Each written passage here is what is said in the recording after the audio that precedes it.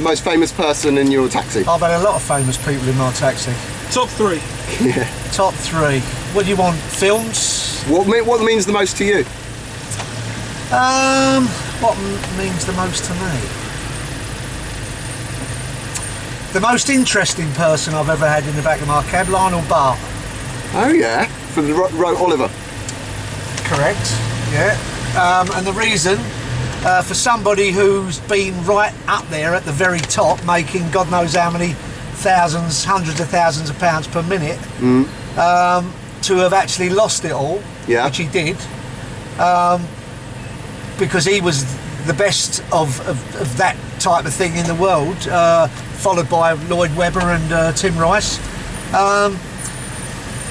He was still full of thousands of ideas. I had him in the cab for about 2 hours, and he was hawking stuff around to different TV stations and whatever, and he was totally brilliant, and he wasn't the slightest bit bitter about the fact that he'd lost mega millions. Yeah. I had Kirk Douglas in the cab, only a short journey from the Dorchester to Belgravia, very polite. He's a midget. Really? Yeah. He doesn't look small in it. Was it He's Escape fine from LA? because he didn't look small, because they were all painted on, the muscles. No. But he's only a very, very small man, yeah. Do you think that's what his wife would say about him? Well, it depended what end we're talking about. And what's the funniest thing that's ever happened in your taxi? The funniest thing, right. I've had Paul McCartney and Mick Jagger in, by the way. Oh, wow. Because when I was on the radio, we used to have the Rolling Stones account, and MPL Productions in Soho Square is McCartney's company. Very rarely went in a cab, but the car that came to pick him up broke down, so he got in a cab with one of his directors. I'm the type of cab driver that things happen to me. Right? I can see. I live out in Kent. I'm driving home one evening about 1 in the morning. I had my brother and sister-in-law staying with us, and I turn around the roundabout and start going up Eltham Hill.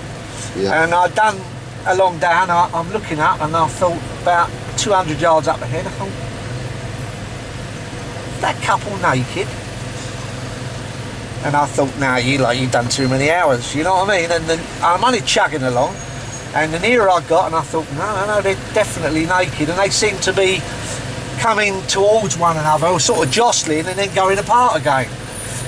And every cab driver, if they sit in a tea shop or whatever, tells the story, the day I get the naked woman in my cab, I'll know exactly what to do. Well, when I finish the story, you'll understand I didn't know what to do. As I'm getting nearer and nearer, blimey, they are naked. What's going on? And as I drew level with them, the woman starts coming towards me. And I thought, nah, and I pulled off about 30 yards. Anyway, she's running towards me, and those days it wasn't electric windows. I've pulled the window down, and then the next thing is followed by a big pair of threepenny bits in the front of the cab, and she went, take me to the nearest police station. Opens the back door, she's on the floor, I've looked round, and she's writhing about on the floor like an absolute lunatic. And all of a sudden I've heard bang, and then the husband is on the bonnet of the cab. And I thought, oh my God, what's happening? And I sort of said to him, what are you doing, mate? I said, behave yourself, come on. Anyway, you might as well have some, everybody else is having some, so they've obviously had a row. The reason I stopped the second time was I thought, maybe their house is on fire, don't be silly. You know what I mean? Yeah. And they've had to run out. Anyway, the police station was up to the traffic lights, a matter of 30 yards, turn left, 40 yards on the right. But my brain, my knowledge of London couldn't click into gear.